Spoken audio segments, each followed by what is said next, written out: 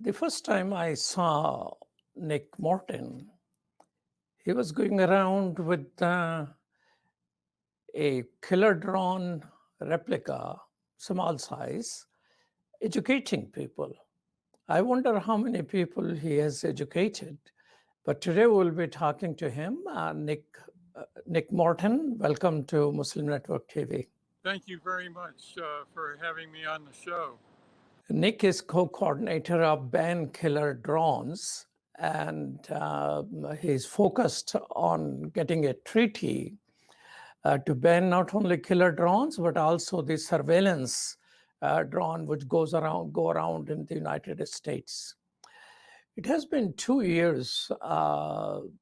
In September 2019, there were about 200 laborers in the Nangarhar province of Afghanistan. They were harvesting pine nuts, which is a labor-intensive thing. So people have gathered 200 of them. And since Afghanistan is known for drone warfare, they informed their governor of the province that, hey, we will be doing that. And that letter which they sent actually was shown by the governor to Reuters news agency. So letter did reach them. But as after a day of hard work, they were resting, American drones came and started bombarding them. 30 of them died on a spot. 40 of them were injured, and probably some of them died later. We don't know. We don't know the name of the victims either. Who decided to kill them? What caused for people who were collecting pine nuts to be killed like that? Is anybody going to compensate for their lives? We don't know. Then on the last day America was leaving Afghanistan, we said we killed 2 ISIS operators. It turned out that 3 adults who were killed, each one of them was connected with America, working for the military, working for an NGO and all that. And 7 of them were children. Who decided all of this? Why these people are killed like that? America has apologized. That's an honorable thing to do. But how many thousands of people are taken like that? To discuss with us is Nick himself. Tell us how many people die like this every year. Well, we really don't know the answer to that, but we do know that the very conservative estimate is that 10,000 people in Afghanistan have been killed by U.S. drones, mostly within the last 15 years. But the first drone attack by the United States was in Afghanistan on October 7th, the day of the U.S. invasion of Afghanistan. And so I would say there has never been a U.S. drone attack inside Kabul before. They're very rare, and I'm not sure there have been any in any cities in Afghanistan. These have all been conducted in the countryside. These are very remote places. Reporters have a very hard time to get there for a variety of reasons. And so what happened here is that we have had a drone attack right in the faces of international press where evidence could be immediately gathered, people could be immediately interviewed, and responsibility could be attached immediately. And this is an extraordinary drone killing event, and it's almost on the par of police witnessing the killing of George Floyd or the My Lai massacre, where these behaviors on the part of police have been going on for years and years and years. And then finally, there was that moment when people were able to see exactly what had been happening all this time. And I think that's the case here. And we have a situation where the United States government immediately tried to cover this up and call it something else, and then went forward piece by piece, admitting to certain parts of it until they had to admit to the whole thing. This happened during the Obama administration, during the Trump administration, to some degree during the Bush administration. And so this is what we have, an expose before the world of what's been happening since October 1st, 2001. What countries, United States, is currently using drones to kill people? Primary users of drones right now, in addition to the United States, would be Israel, mostly focused on the Gaza Strip, Turkey, very much used against the Kurds, and also being used in Libya.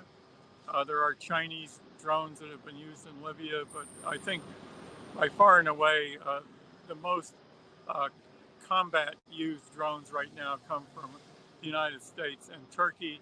The UK has used uh, American Reaper drones uh, to some effect in Afghanistan. France is using Reaper drones in Africa. But in terms of volumes of attacks, I would say the U.S. is by far in the lead, followed by Turkey, and then maybe the U.K. and Israel in dealing with what they perceive as their problem in Gaza. So you mentioned America by far is the highest user of these.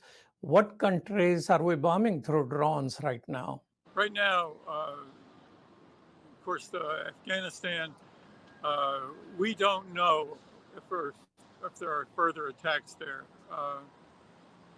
Pakistan, I doubt that attacks are continuing.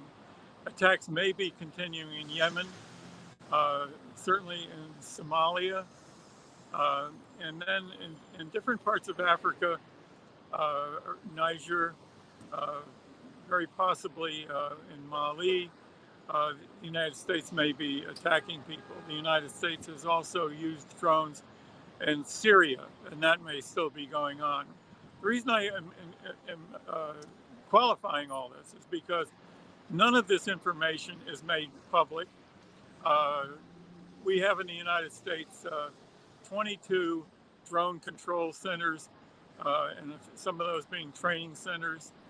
No one in the communities where these bases are is told, the public is not told what countries are being attacked from your drone base. Early on in Syracuse, New York, at the drone base, the public was told, yes, we are conducting attacks in Afghanistan. Niagara Falls, that may be going on. At one time, Niagara Falls was assisting the Turkish government in identifying Kurdish people so the Turks could attack them up until the Turks got their own drones. So this is all secret. People in American communities are many of them totally unaware that this is happening in their communities, in these 20-some communities.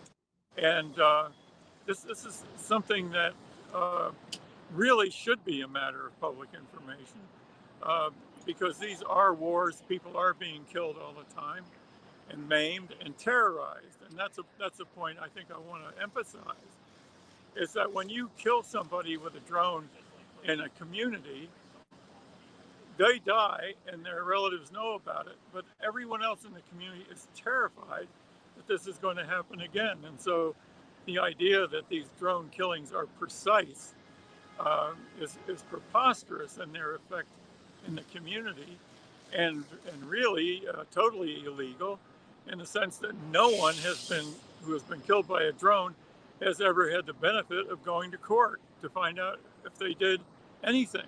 And as we see in this case, the ones who should be brought to court are the perpetrators of the drone attack on this family of 10 people. Tell me this. If the situation is like that, why is there any congressperson or senators who are asking to provide more information about that? Because you're saying it seems like more or less a secret war in which very rarely a news comes out. So, is there any congressperson or senator who has taken up this particular issue? No, this has been a very sore point that we've had for a long time. The only congressperson that has shown any particular concern about this is Congresswoman Ilhan Omar, who happens to be Somali. And of course, she is well aware that Somali people are being killed by U.S. drones. We asked her through one of her aides a while back to, uh, speak to the president about pardoning a man named Daniel Hale. Daniel Hale in 2015 released information about the failings of the drone program, the atrocities of it. One of the things that he disclosed was that in a 4-month period, a study that the government did found that only 10% of the people killed by U.S. drones during that period were the people who were actually targeted. For some few years, the government did not prosecute Daniel Hale, but now we have the Trump administration starting to prosecute him, the Biden administration continuing to prosecute him, and he's prosecuted for simply telling the truth. And he's now spending nearly 4 years in federal prison. Ilhan Omar, about a month ago, wrote a letter to President Biden and said she wanted to see a pardon for Daniel Hale, the drone truth teller, which was really remarkable. No other congressperson has shown this kind of interest. And early on, and I'd say 5 years ago, we tried to find members of Congress who would introduce legislation stopping U.S. drone attacks and banning drone killing and surveillance. No one was interested in that. It was viewed as an impossible task. Most recently, I spoke with Congressman Jamal Bowman, who's part of the squad, and he had no interest in dealing with this drone issue. So this is a third rail for these Democrats. I would like to know the following. Who decides to kill? I mean, is it the United States military, Air Force, Navy, Marines? Or I'm told there are some kids who are gamers, video gamers. They're sitting killing, doing the killing, but somebody probably tells them. Are they free to decide based on what they see on their monitor? The people who actually pull the trigger, so to speak, are not free to make their own decisions. They have a team of people who review the video that they're getting through the camera of the drone. They have other kinds of intelligence, electronic voice intelligence, very little human eyeball intelligence.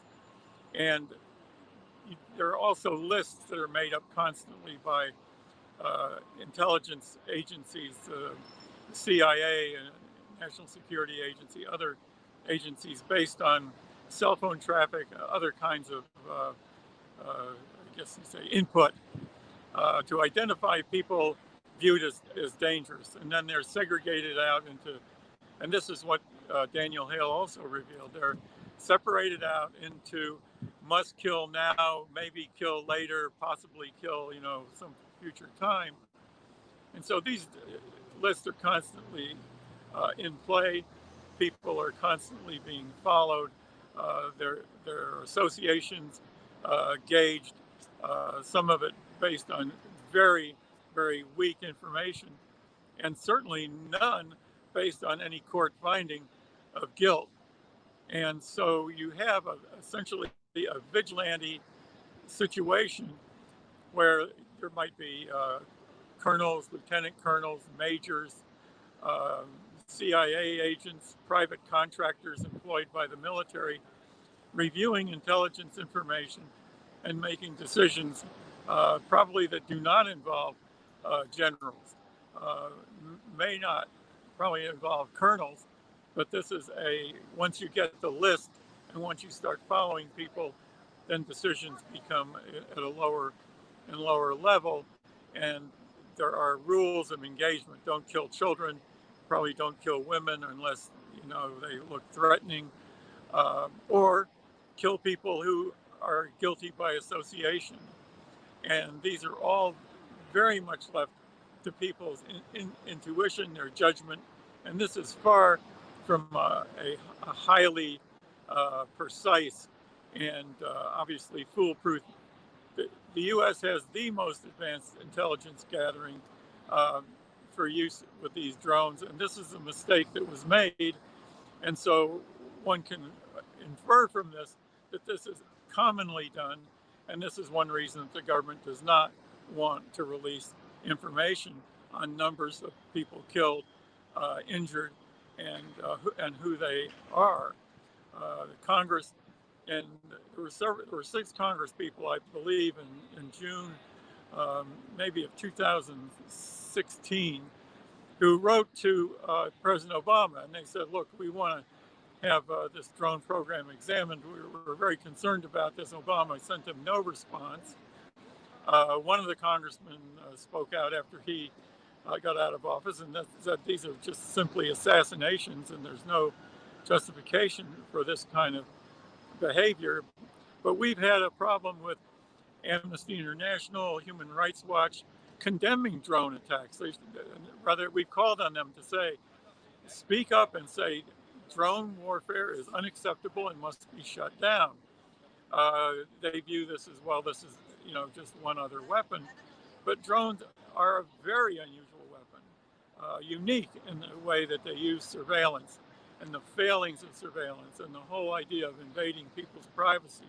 Everything about this drone warfare is against at least 12 tenets of the International Declaration of Human Rights from the United Nations. So while you're talking about the international law and the United Nations, has United Nations ever discussed, is there any international law or treaty which has come to being that how a killer drone should be used or should not be used? There's been no treaty, there's been no open discussion of this in the UN General Assembly. The Disarmament Agency for the United Nations has not taken this up in any kind of a responsible way. Neither has the International Red Cross, which is one of the observers and enforcers and I would say of human rights law. And this has been under the protection of the United States in the United Nations, and it's been a sacred, deadly sacred cow that nobody wants to have anything to do with. And so this is a moment when people can see what's been happening. Well, thank you so much, Nick Mottern. Nick Mottern is the co-coordinator of Ban Killer Drones, who is coming to us from New York. Thank you so much for your time. Thank you very much. And of course, this is the day that the UN is getting together, convening. So this is a very appropriate moment for us to visit. Thank you so much.